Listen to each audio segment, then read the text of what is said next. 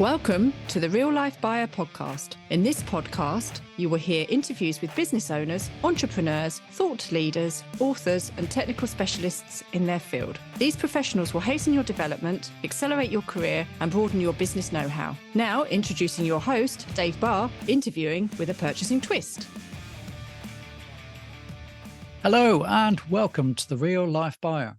People are relatively used to the global trade between the West and countries such as India and China. One place they may be less commercially aware of, though, is Vietnam. Today, I want to discover more of the opportunities, perhaps sophistication and cultural variances that Vietnam has to offer with respect to commercial trade, purchasing and supply chain. My guest today is Rick Yvanovich. Rick relocated to BP, Vietnam in 1990. He is a fellow of the Chartered Institute of Management Accountants, as well as a Chartered Global Management Accountant, and has an MSc in Strategic Business Management from Manchester Metropolitan University. That's in the UK. Rick is also the former treasurer and a board member of BritCham Vietnam, so there is no doubt that Rick is extremely experienced and highly qualified in this area. So, without further ado, I welcome Rick onto the podcast. Hi, Rick. Hi, Dave. Thanks very much. Before we really dive into things, I like to share a core belief that I hold pretty dear. I believe we all have the potential to be architects of change. And in the era that we're currently living in, which is really defined by constant and never-ending transformation, our task is not just to keep up, but to actively shape the path forward. Now, if I look at myself, I started stacking shelves and learning the ropes of people management as a management trainee in supermarkets. I used to work for Sainsbury's in the UK. And then I moved on to immersing myself in the precise world of accounting and later navigating the constantly evolving landscape of technology and humans, people. My story really demonstrates the power of transformation and the continuous learning and the impact each one of us can make. So every day our actions, all the actions that we take, whether they're big ones or little ones, shape our future. So as we discuss stuff today, I want everyone listening to remember this. You are your own brand, and every single decision you make is part of the unique story that you are crafting for yourself. How you react, how you adapt, how you innovate in the face of all this change that's happening will define your story and your legacy. So this belief, inspiring each of us to aim for consistently higher achievement, is the cornerstone of my work and what I believe is my life purpose. So as we dive into our conversation today, let's not just think about adapting to change, but about how we can define it. After all, when we each embrace our unique qualities, and we all have them, and we strive for that personal growth, we're not just participants, but we should be catalysts in our ever-changing business as unusual or bow world. So let's get started, Dave.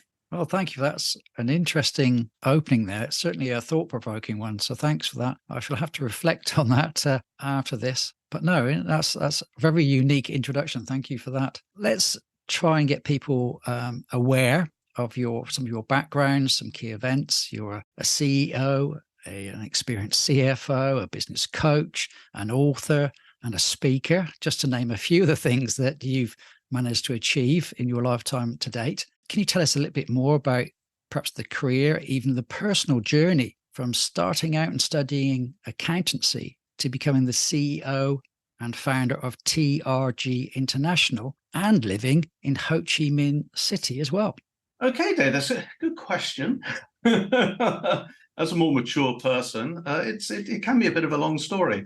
But going back to my roots, I come from the UK. I come from Surrey, where I grew up and I went to school. You could say I was one of those smart-ass kids, good grades, A student, life's good type of thing. But when it came to them A levels, The one thing I didn't get was an A, that's for sure.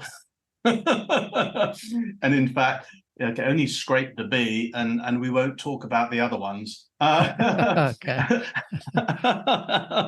They were actually less than a C, and the acronym of the 3 grades, spells bed. So maybe I was asleep. That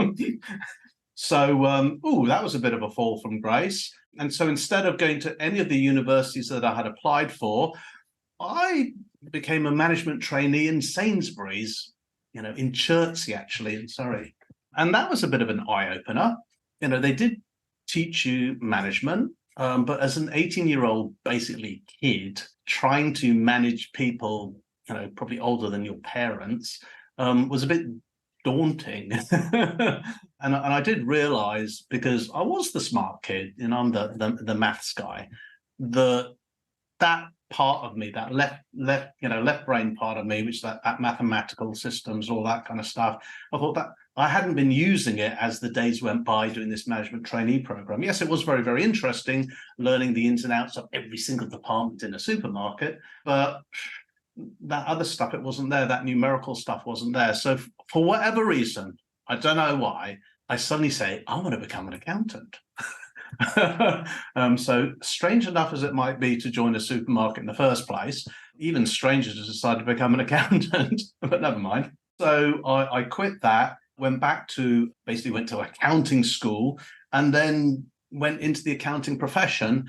And the very first job I had was wonderful. It was overlooking Covent Garden. It was amazing. And I spent most of the day looking out the window. It was a horrible job. And I decided, oh my gosh, am I going to have to do this for the rest of my life? I kid you not, I reckon they had quill pens. We had leather-bound edges, that was for sure.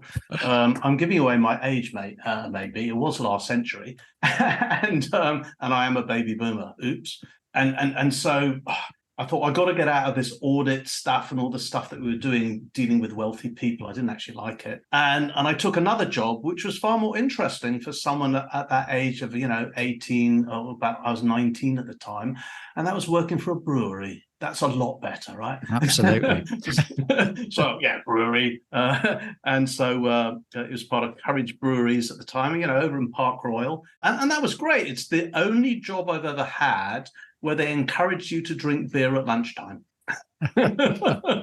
And they introduced me to this fantastic thing called, giving blood, which was always held in the Guinness brewery next door. And every time you do that, since you're given a pint of blood, guess what you got in return? You got a pint of Guinness. Not a bad deal there. I thought, what a wonderful job. I like this accounting thing. Anyway, one thing led to another, and seriously, yes, it was an accounting job. It was okay, probably better than working at Sainsbury's for sure. But it still wasn't what I wanted. And since I wanted to be a cost and management accountant, a CIMA, I said, I know I need to go into manufacturing. So I just moved into a manufacturing company, which just happened to be a defense manufacturing company. They manufacture things that go bang. And that's when we had a little fracas with that country in the other part of the world. And the company was doing very, very well, because every time something went bang, we had to sell some more, manufacture some more. So that went pretty well. And they introduced me to a thing called a computer, because when I left school, there weren't any. The computer hadn't come out when I left school, or it came out in the same year that I left school, which was actually 1980 for those of people who can't remember, because you weren't even born then. But it was a while ago. And so I was introduced to mainframe computers, and I quite like them. And I think things like Lotus Symphony had just come out, and I was a bit of a whiz expert on that for some strange reason. And I just started getting in the more systems side of accounting, fooling around with the computers. And one thing led to another. I moved to another company, which was, they called it a facilities management company, which is meaningless, right? In today's terminology, you'd call them a cloud company, which means something.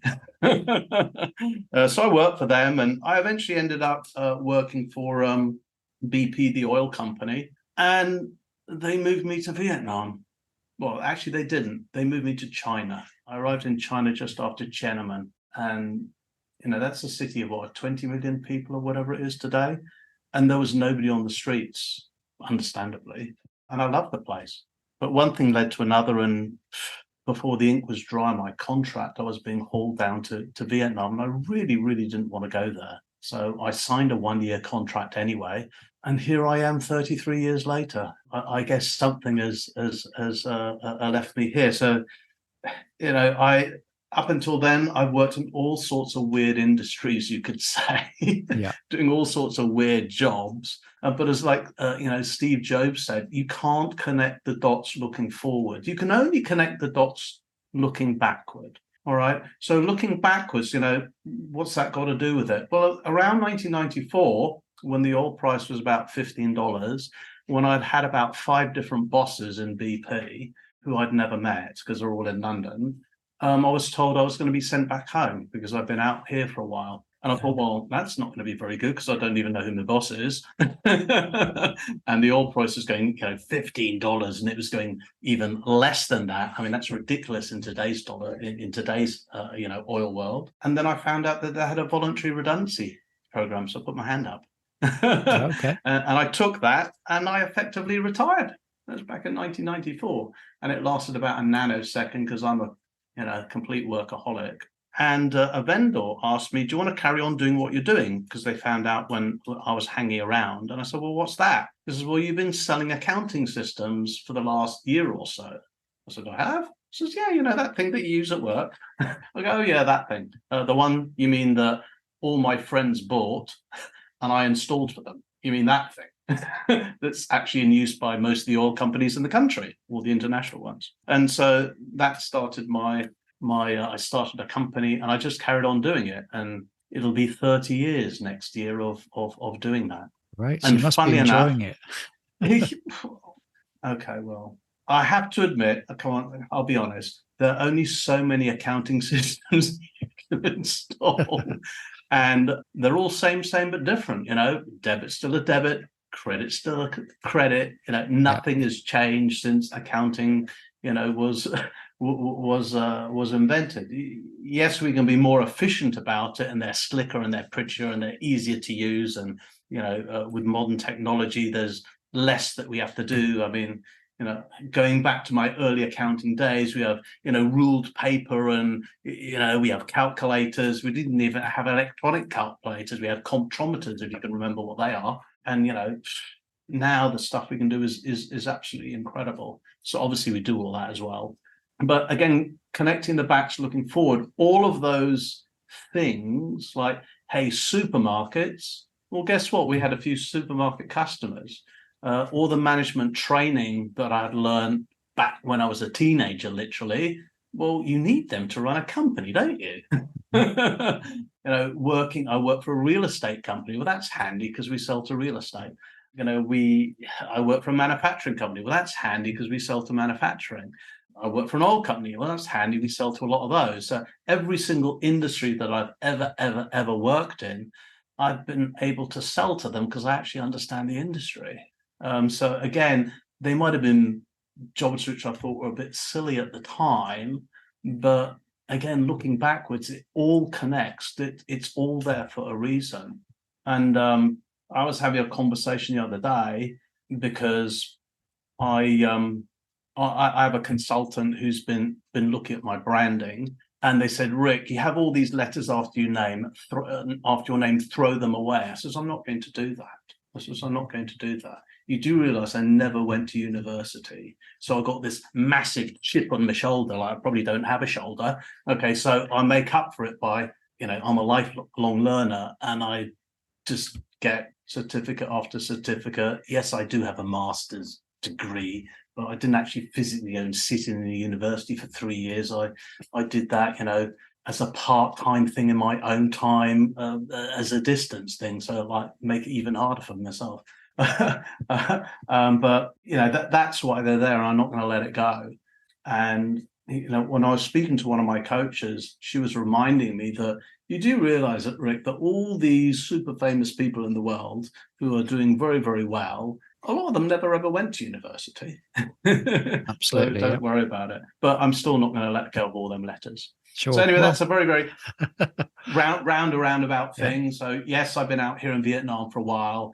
And yes, we've ended up traveling to maybe 30 or 40 countries implementing accounting systems. So I know you opened with, I know about Vietnam, but funny enough, we do know about other countries as well. Absolutely. Anyway, over to you. I'm droning That's on. great. No, thanks very much for that. I think it's great to hear that obviously some of the things that you do, say in your spare time, people aspire to as as part of their development, just on its own. So clearly, as you say, you're a lifelong learner, and that is often a sign, a signature of people who do extremely well in life, never stop learning.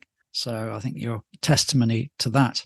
Now, if we look back at Vietnam, obviously you must have loved the destination because you stayed there for so long, with only a 1-year tentative, should we say, foray into the country. And you've mentioned lots of different companies, industries, should we say, that clearly must be in Vietnam as well. So they become a kind of a hub, a global manufacturing hub, should we say. So what do you think are the key factors that you feel have contributed to their success, and how has the country managed to position itself as an attractive destination for business? So it's a good question. I mean, if I reflect on me, it's taken me a while to get here to where I am, and there have been things. Not everything was always rosy. I mean, bombing out on A levels, and I'm sure lots of people have done that on their exams. Not going to university. I mean, that was not exactly a win, was it? But it's the way that you recover from these things. We all get knocked down. We will all make mistakes. That's why we're human, right? We make mistakes. They might have been a great idea at the time, and maybe they won't. They weren't in the end. So we make mistakes. We trip up. We fall over. We smash our face on the ground. But it's the fact that we get up, and it's what did we learn from it? So me not going to university turned me into a lifelong learner and spending my life trying to, overcome that regret. I don't even know if it's a regret anymore. It's just made me who I am. I can't stop learning. I can't stop doing another program. I just, you could say I'm addicted to it. And so, being knocked down, it builds you up that resilience. You just keep standing up again. So when I look at Vietnam, it's sort of similar. Okay. They've been a colony of more than one country before. They've been knocked down, ruled by, and they've booted those people out again and again and again. So to me, they're getting knocked down and they're getting up, and they're getting knocked down and they're getting up. And that builds a resilience. It really, really, really does. Now, one of the things I did like about Vietnam, going back literally 30 years now, back to the early 90s, was it really was that picture postcard, tranquil place. I could go to the high street and lie down on the high street and nothing would ever happen to me because there wasn't any traffic. Okay, and this is a major city. This is in Ho Chi Minh City. And because back at the time, there weren't very many four-wheeled vehicles. Okay, and the two-wheeled ones weren't motorbikes, they were bicycles. So nothing would ever happen to you.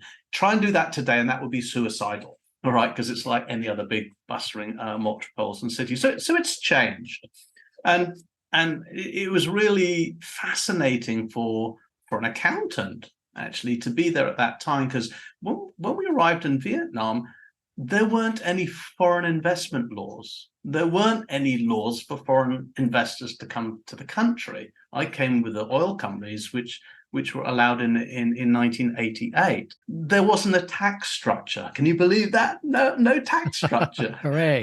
And it goes on and on and on. But then you flip around for another perspective. Okay, well, where do the laws come from? Where did the taxes come from? I remember being in meetings with the authority and other oil companies, other CFOs, and people from other industries like banking, and to talk about tax, what taxes should be. Come on. I mean, wow, isn't that amazing to have that, just to be part of that, just to be in the same room, even if you never put your hand up and say anything, but to be like, feel that you're part of the birth of something new. You're helping to shape something. It is wonderful. And that's why I got involved with various business chambers. I helped form the British Chamber. And, if we look at Vietnam today, because 30 years is a long time, But even over, say, the last 10 years, just the last decade, it's still one of the fastest growing economies in Asia. I mean, we're looking at a GDP growth rate of around 6 to 7% for the last decade. Where else the rest of the world is saying GDP of like 3 or 4%, yeah, that's at the top end. Whoa, that'll be cool. And Vietnam's saying, well, that would be the bottom end of our scale. Yeah. If we're not doing that, something's going really wrong. So they're doing more than that. It's a really young population. We know we have in the West, for sure, in Europe, in the UK, Japan, the Western world, we have an aging population, and there are all sorts of concerns around that. But in Vietnam, when we say it's a young population, we're talking about 70% of the people, 70% are under the age of 35. Wow, that's a lot younger than I expected. Yeah.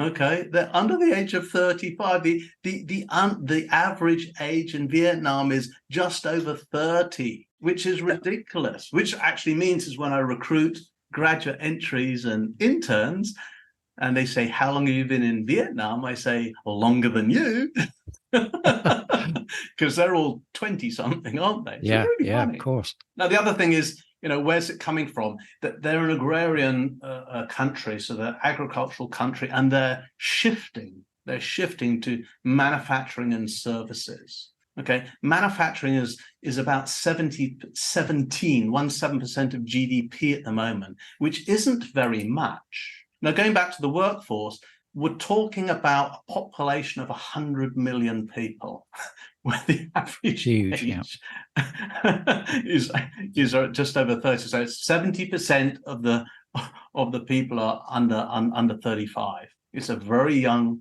and eager workforce. And with that many people, it's a very, very big working population. There are about 1 million people coming into the workforce each year. That's incredible. Massive. So the manpower there is huge. So, what they've been doing, obviously, when they opened up the country, because they really, really needed to, and they started attracting foreign investment, the first foreign investors that we're really after are the ones that would provide employment. So very, very heavily, people-orientated, low tech, shall we say, low tech. Yep. And that went on for at least a decade. And that was needed because they got gazillions of people who need a job. Let's get them off the fields and get them in these higher paid jobs. But after a while, it was realized that this is not a great strategy, and they did not want to make the mistake of other developing nations who are doing that, because you're just using the labor. Where's the knowledge transfer? So the shift suddenly went from, hey, we don't actually want so much of those industries. We'll have some of them because they still provide employment. Let's move on to something that's more semi-skilled or skilled. And over the decades, they've been sort of ratcheting it up. Okay, so where's the sort of pinnacle of that? Well, if people have been watching the news, one of the, Joe Biden has just visited Vietnam. He's just visited Vietnam, all right? And America and Vietnam have signed the absolute highest level of cooperation that Vietnam would sign with any other country in the world, okay? And there are only a handful of other countries that it's signed this with. And the statement made by the party secretary, was very, very powerful. It was basically translated. It was only a few lines, a couple of couplets, and it really basically translated as, let's look to the future. Let's forget about the past. Just let it go. That's a bit powerful, wise words. Yeah. Okay. And then the other big thing that came is America said, yeah, we're going to invest in more semiconductors in this country. That's a strong statement. Yeah. Very, very, very, very, very strong statement. We're talking semiconductors. We're not talking about labor intensive. We're talking at very, very, very high cutting edge tech. Okay, give you an example. Intel, I think we've heard of them. They got a $1.5 billion facility in this country. When they first started out, all they were going to do was test. Okay, that changed. They now manufacture chips. And on some of the chips, or some of the CPUs they manufacture, there's more than 50% of the global world supply coming out of this country, coming out of that factory. That's a big, big change. And so these are super skilled people. So where the country's moving into now is more high tech or high skilled stuff. And this gets transferred to the local population. So you remember before I started with BP, okay, so when I started with BP, yeah, we had a lot of expats. At its peak, there's probably more than 100 of them, okay? Today, when I look at BP, I'm pleased to see that, the CFO was somebody that I recruited decades ago. Wonderful. Good guy. Love him. And several of the other people actually running BP were people that I might have recruited decades ago as well. And there's not an expat inside.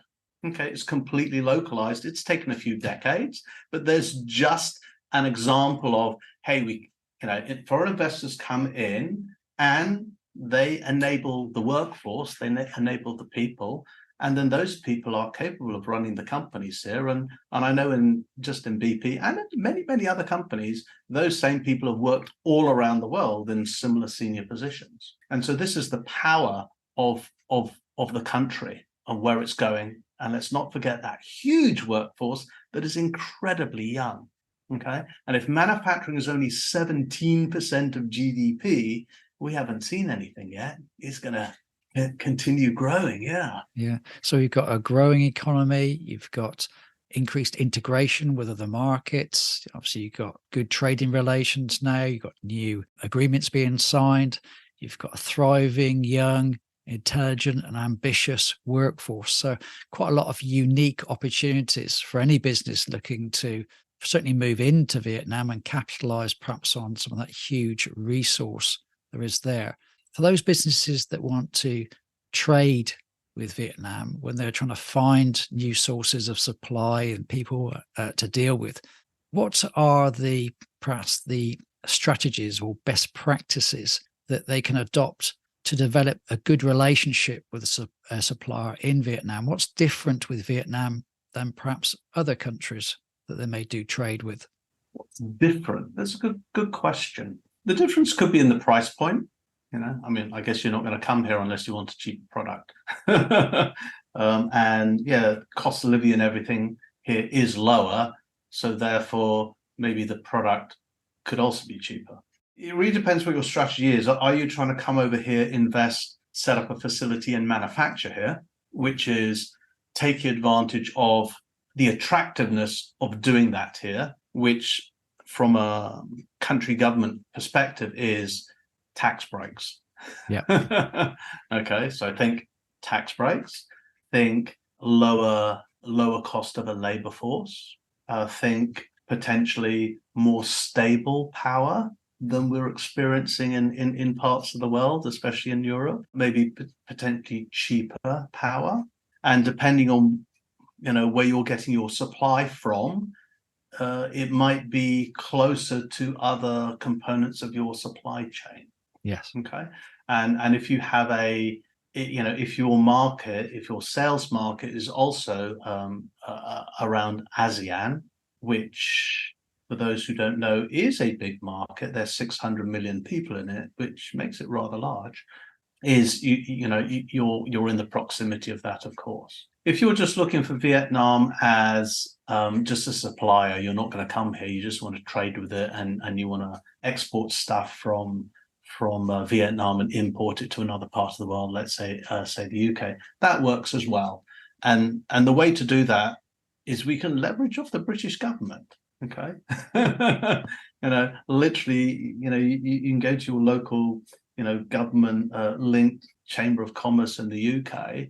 Through the Department of Trade or whatever, and their team there can connect you with folks here in Vietnam, and there are schemes in place which is government funded.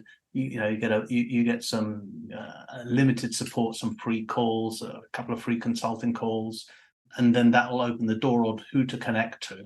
And even the British Business Group one of the things that we can do is that, let's say, you're looking for a sort of supply of whatever it is, widgets. I don't know what it is. you could engage with a business group as a service, and they'll go and set you up and find all the suppliers for you. Okay. So, and that can be a teleconference, or if you want to come out on a trip here, they can arrange all the meetings for you. Boom, boom, boom, boom, make it really, really efficient. And lots of companies have done that. And then on top of that, given that there are lots of people coming here and who are interested in being here, there are many organizations offering that type of service. In addition to that, okay, if you don't want to do that and you're just an investor, yes, you can come in here and invest, set up your own company and do that kind of thing. Or there are lots of private equity companies, venture capital companies, and we do know that, for some investors, what Vietnam does offer is diversification. Because if you are that big investor, you've already invested here, there, and everywhere, which is already obvious, around the world. And suddenly, what's this Vietnam place? Oh, they're up in the global rankings. Their number, they got what? They're in the top 12, top 13 most populous countries in the country, populations in the world, and they're going further and further up in the trade that they do, in the global trade. It's getting bigger and bigger and bigger, especially of certain commodities. They're massive. And it's a good place to diversify your investment, get a share of that as well. So all of that is available. It's all available. It sounds very interesting, you say, for both trying to set up a company in the country. You're greeted with open arms. You say there's tax breaks. There's a thriving economy. There's a great resource of people that are highly intelligent and motivated. Sounds brilliant. And equally, you've got some very good companies, good supply chains out there that will quite happily supply you and help you in exporting products from the country as well. Why not? Basically, is the message coming across? Why not? So, Are the streets paved with gold? Well, no, of course. I mean, there's a risk whatever country you go to on the planet. One must always do it. Your own proper due diligence. But one of the things that I found here in Vietnam is they're hungry for business. They're hungry for business. You go somewhere else, some other countries, and it might be you knock on the door and, if you're only a smaller player, like, go away, we're not interested. Yeah. Whereas here, they might roll out the red carpet. Yeah. Very approachable. All business is nearly good business. And so there are a lot of people looking. Well, that's really good to hear. The international trade is really, really growing. And there really is strong government support for trade. Yeah. Okay. Britain this year, it's only been doing it this week, actually, has been celebrating 50 years of diplomatic relationships with Vietnam, which is a tremendous thing. Yeah. Okay. Yeah. Various other countries are doing the same thing. And with the UK, I mean, there's an awful lot of, the showcase that's happening literally this week in Vietnam is showcasing the greatness or the great stuff of Britain, the education that we have. Education in Britain is really, world class. We know it's world class. We have some of the best universities on the planet. Not that I've ever been to them, but we have some of them, right? Yeah. And that education is being exported. I mean, up in Hanoi, we have the British University Vietnam. It's a British university. It's owned by Brits. Okay, very, very proud to be another great British asset. And there are lots of other British schools like Nord Anglia. Okay, is another. There are lots of British brands on the education side are doing lots of deals in Vietnam because British education, English, is very, very important. Similar in other sectors, in the energy sector, there's a lot of a new energy here, solar, wind, and it just goes on. There's a lot of big British companies already here. So It's not as if there are no Brits here and there's no British industry here. They're already here. Thriving. Yeah. It's quite good to hear that because as I mentioned to you before we started recording, I do speak to a number of SME businesses in the UK. They tend to if they try and do business sometimes with places like China, volume talks. And if they haven't got the volumes, as you say, they're not necessarily welcomed. But Vietnam have a very different approach, very welcoming, even for perhaps the smaller volumes. And that could open up nice opportunities there, which is really good. Yeah, so you can go through, you can go through the local government. I mean, as I said, the British government is very, very supportive of trade in Vietnam, especially, very, very strong. And a lot of the British trade groups around the region, funnily enough, the people heading that have all been ambassadors or consul generals in Vietnam. There's a really, really strong linkage. And the current Vietnamese ambassador in London, he is super pro-Britain. He really is. And the wonderful. I'm sure if you visit the Vietnam, if you visit the Vietnamese embassy in London and say, hey, you're thinking of making a trip to Vietnam and you'd like to be put in contact with some Vietnamese suppliers, I mean, they're going to be all over you. It's great to hear. And we're beginning to see even Vietnamese investment in the UK. Yeah. It's beginning. It's beginning. One of the things when I think of Vietnam, from what I understand, it's a very beautiful country. And on the tip of everybody's tongue is sustainability, is environmental factors, people being socially responsible. Now, for businesses looking to either set up a factory or purchase from Vietnam, those factors are quite important. So how has Vietnam embraced the sustainability aspect in their manufacturing sectors? If they put in great regulations, are they really environmentally friendly? Are they socially responsible? How would you describe Vietnam in these terms? I'd say, like a lot of things, they are making great strides forward. It's really, really helped by the investment funds who are already here in Vietnam. One of the biggest, and they happen to be British, so great shout out to them. That's Dragon Capital. That's the chairman there is Dominic Scriven. I was only at a luncheon with him yesterday, and we were touching on how companies like his and the other big investment funds, and some of these investment funds are big. I mean, they've got more than $1 billion of assets under their management.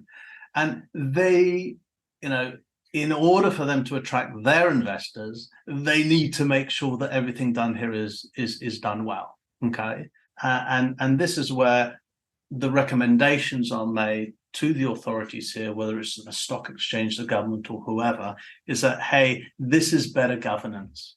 Okay, we need this, we need that, and so ESG, it is a very, very topical thing, as it is throughout the world, and it's been taken very seriously here. And there is a constant stream of people coming over and advising. It's really from foreign investors, because it's their vested interest that things are done well. Okay, so we want listed companies here in Vietnam to have the same rigor, the same type of governance as you would as someone, in the stock exchange in London. Well, why wouldn't you? Okay, if you can't show that, why would anybody risk investing over here? So it's really bringing them up to international standard. But what they can do is, if they don't have a regulation, they're going from nothing to somewhere very, very quickly. So they're leapfrogging. They don't have to make the mistakes of everywhere else. And now the people in the country, some years back, there were some companies who were not being very environmentally, they weren't doing the best things environmentally. And there was a massive, massive, massive public outcry by the population saying, like, this has got to stop, you've got to do something. And government will step in and shut them down and slap them on the wrist and make sure they put all the environmental controls in. And any big facility like that being built now, there's always an environmental impact survey. So it's all happening. It is all happening. It really, really is. That's good to hear. And they're open to do this, because the more that they have the same or better conditions than anywhere else, the more attractive they are. So they seem to have this mindset that they want to be everyone's friend. And when they find out, oh, these people, they don't like this about us, well, can we fix that? Oh, we can fix that. We'll quickly change the law and make things better and make it more attractive. Yeah, we'll fix that. It's fixed. Okay, now you're our friends. Now come. Now invest. So, I mean, foreign investment is huge. It's, around, 40 billion. It's a big number. It is a big number. Some interesting points you mentioned, which jump into the term I've heard, obviously, is culture. And there's got to be significant, perhaps, cultural differences from, we're talking about, obviously, the UK a fair bit, but from other countries as well. For those people trying to navigate what those differences are, what would you say were the nuances or the practices, the things that you should be aware of before you start to try and engage and collaborate with new contacts in Vietnam? Good question. It is different here. It is different here. I think for anyone, let's say any Brit who's traveled to Asia, it's different. The customs are different. For sure, the customs are different. In Vietnam, there is in the language, there's a specific niceties, there's a specific hierarchy, there's specific pleasantries, okay? And those nuances, if you don't speak the language, and even if you speak it badly, I mean, are very, very hard to grasp. They're very hard to grasp. So, as Brits, maybe if I throw out a few generalizations, and you can shoot me down on this, because I have been away for a long time, maybe Britain's changed. We do tend to be direct. We do tend to call a spade, okay? And that directness, not everyone here is open to that. It's maybe too direct, because I don't know you, okay? So you're coming over with a level of directness in business, and I don't know you yet, because people do business with people that they know. People do business with people that they like, okay? And it's very, very much so here. And they need to know, it's just like anything, they need to know if they can trust you, but also if they like you, all right? Now, if they trust you and you like you, well, you're going to have great business. If you can't trust each other and you don't like each other, well, then you're going to have a hard time. Don't bother, maybe. But it's, getting to know them. It's just little things can go a long way. I guess it's the sort of same in the UK, that there are pleasantries that we have in meetings, pleases, thank yous, greetings, things like that. We have them all here as well. But if the Vietnamese company is not so used to working with international folk, that they can really seem really quite different and quite hard to understand. But there are so many Vietnamese companies now that are used to foreigners that they know how to act. Okay, and they probably understand our mannerisms better than we understand theirs. And not just ours as Brits, but a whole slew of other nationalities as well that they do businesses with. I mean, they're very, very quick to learn.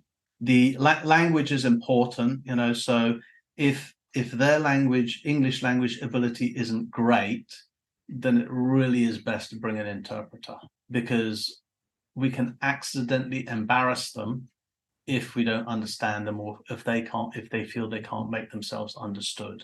Yeah. And we were joking before, weren't we, before the podcast about faulty towers.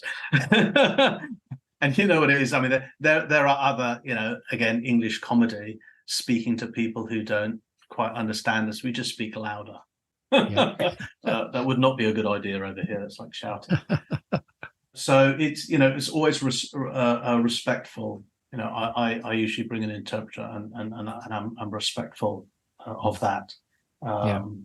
Even though that maybe they speak fluent English. Yeah. Yeah. So relationships it's important to establish Critical. good relationships rather than going straight into transactional negotiations, contracts.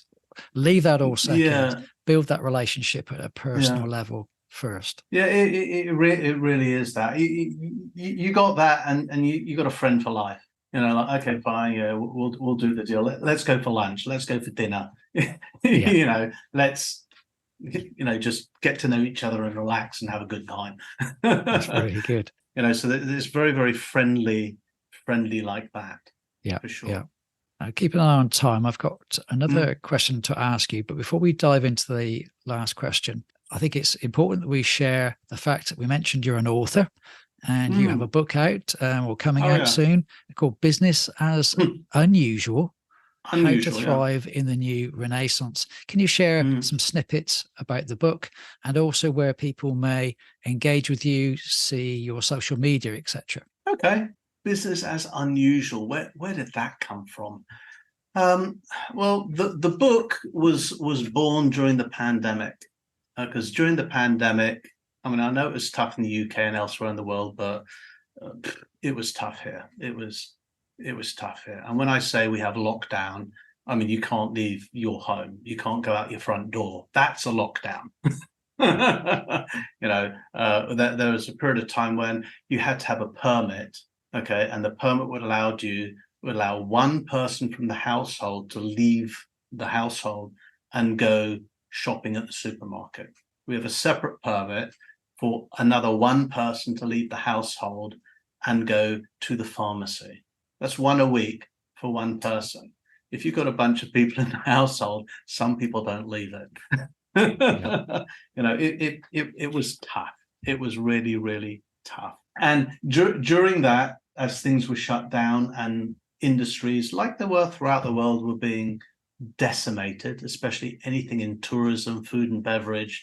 If you've got a shutdown, nobody can go to your place because you can't even get into it. People started losing their jobs, as they did throughout the world.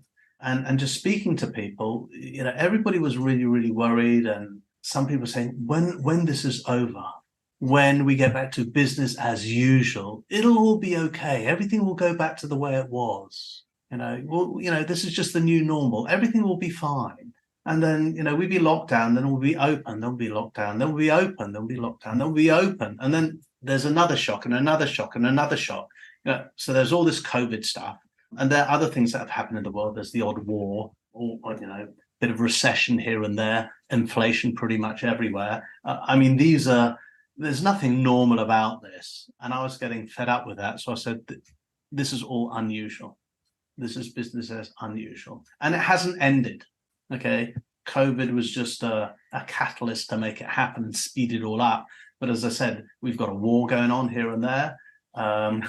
We have recessions looming, or been and gone, or still coming.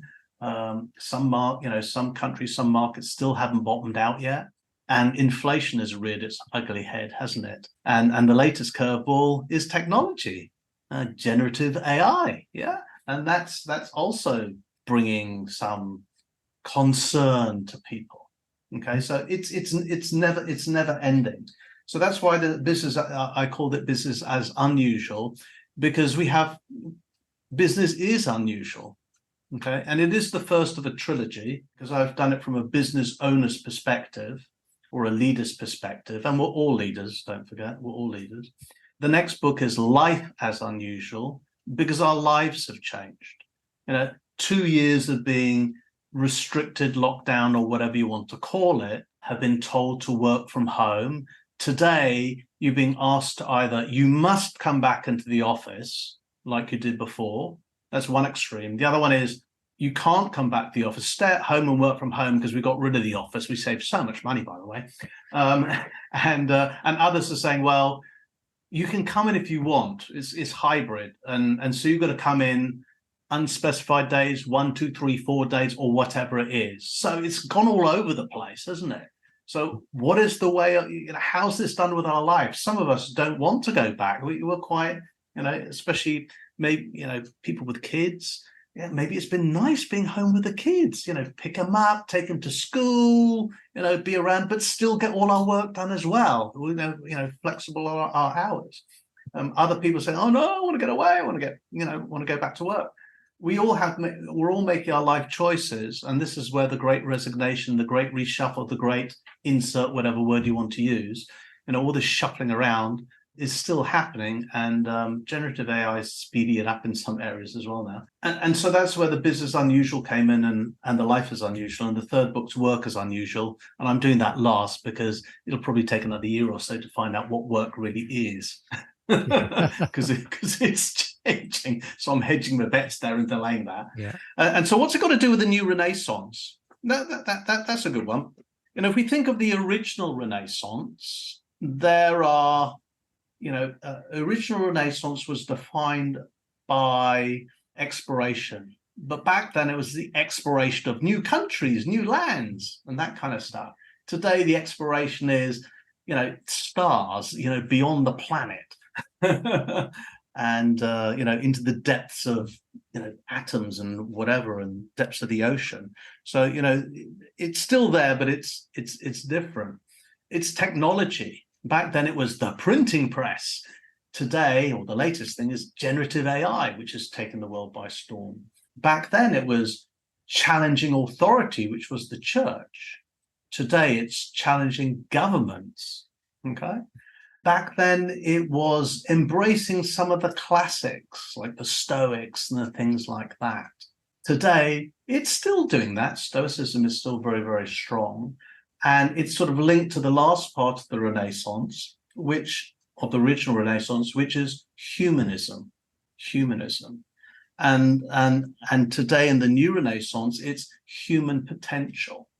Okay, and human potential is really, really important, because I know some people are concerned, shall we say, of generative AI, but it's just a tool. It's only a tool. And it's a bit like if you are an artist and you've got one paintbrush, here comes generative AI, and it's going to give you a shed load of paints, like unlimited, and as many brushes as you want. Now you can create something wonderful. But it's going back to this architects of change concept is, well, we all have access to generative AI. So just like that artist, here are all the paintbrushes and here are all the paints. You could give it to me and I might struggle to do anything and draw even a stick man, and whereas someone else will do some brilliant masterpiece, like paint the top of the Vatican or whatever, all these amazing things that you can do. So it's just a tool. And so we have to embrace it because it's a tool to use. So we can choose to use it or not use it. So this is really where the book came from, because I found that people are so, especially during the pandemic, people were sort of stuck. They didn't know where to go. Pre-pandemic, go to the office, sit in our cube, get into our hamster wheel and run around in circles, going nowhere. Now they threw the cube away and there's no hamster wheel in sight, but we still seem to be stuck in a maze and we're not too sure where to go. So I've given a bit of a framework on this is how we can get alignment and some shape back into our lives, into our future, help you form your life purpose, actually get alignment of who you really can be and help you be successful. And it's all the tools that I've used for myself and my own transformation, and all the tools even some of the tools that I don't use, because to work something out, I might have tried 10 things and have to throw 9 of them away because I couldn't make them work. I couldn't work it out, or it just didn't resonate with me. And I'm using one of them where I thought, yeah, they're all good. I'll build something better. I'll synthesize all 10 of them. We'll have a super tool type of thing. A bit of a Swiss Army knife. So that's what I've done. I put it all in the book. People can pick and choose of what they like and see what resonates with them. Give it a whirl. Right. So how can you get it? That's a very, very good point. You can go to my website, which is my name, rickyvanovich.com. And on there are links to Amazon and other places where you can buy it. To connect with me, you can go through my website as well, or just Google my name. I kid you not, there's only one person with my name on the planet. which is quite unusual in itself, isn't it? So you can find me easily on social media because it's my name, and you can find me on LinkedIn because it's my name. So I'm very, very easy to find. And what I want people to do is, remember I opened up. So in closing, as it were, I want everybody to remember that we are not just a participant in this ever-changing world that we're in, but we're architects, and we are shaping the course of our own lives, our own careers, and the world around us. So I encourage all of you, all of us, to embrace change and define it rather than just adapt to it. So please be the catalyst in your own business as unusual world. And the transformation starts with you. It's your choice of what you're going to do. And I'm really, really eager to hear about what journey you're going to take. So, Dave, I really like to express my gratitude to you for having me on your podcast today. It's been an absolutely fascinating conversation. You've been a great listener, and I'm sure your listeners have been great listeners as well, to allow me to Twitter on about what I know. I hope everybody's enjoyed it as much as I have. And to all listeners, to all you listeners, I really appreciate your time and attention. And I really look forward to hearing from some of you and learning from your experiences, and perhaps sharing some more in-depth discussions. So thanks again, Dave, and to all your listeners. It's been wonderful brilliant exchange. It's a lot of things you've given us today. I'd just like to ask one more thing, because I know it's important to, certainly for business. And when I reflect on the UK at the moment, and perhaps the condition of how things are, how they are, for example, in China, how they are in India, there's some significant differences. And what I mean by that is the energy, the infrastructure, the ability to connect with the world. People aren't necessarily sure how easy it is to have all those resources available in Vietnam. I know if I go to China now, highways, beautiful tarmac everywhere. If I reflect on the UK, not quite so good. If we look at energy costs in the UK, they're astronomical at the moment. How are they in Vietnam? You mentioned solar, you mentioned wind, and obviously the internet, the connections to the digital world. How are they in Vietnam? Could you just give us a very brief summary of the state of all those super important things to business and industry in Vietnam? I was speaking to someone a couple of months ago, and they were speaking to a British organization, I won't give their name, who was sourcing materials, tiles, specifically tiles, from where you would usually source them across Europe because they have super high quality. Yeah. But they were visiting Vietnam to look at the source of tiles there, because due to the constantly changing power pricing in Europe, especially for tile manufacturing, where you've got to keep your kiln going 24/7, they weren't getting a forward price. The prices were changing literally every month because electricity or gas prices were going through the roof. And they said, we can't do that. That doesn't work for us. We come to Vietnam and it's all right, and they worked out that it was cheaper to build a factory here. It's just come here, take a ready-made factory, build it, might even take a year or 18 months to fully equip it and get it running. And it is still cheaper than tying yourself into the energy price inflation that they were experiencing in Europe. And additionally, they have great tile manufacturing here as well. And we have a ton of gas, courtesy of BP. There you go. So yeah, there is power here. Yes, they're calling out for more power projects, more hydro, and new energy. Solar is probably one of the most vibrant solar markets on the planet at the moment. There's billions of dollars being pumped into solar here, and there's solar farms popping up left, right, and center, which is good to see. So there was that. There are industrial parks here. They're very well controlled. Several of the industrial parks are not just Vietnamese. They're in collaboration with another country. There's like the Vietnam-Singapore industrial park that's very, very good. there are some large, significant companies here of literally every nationality, including British.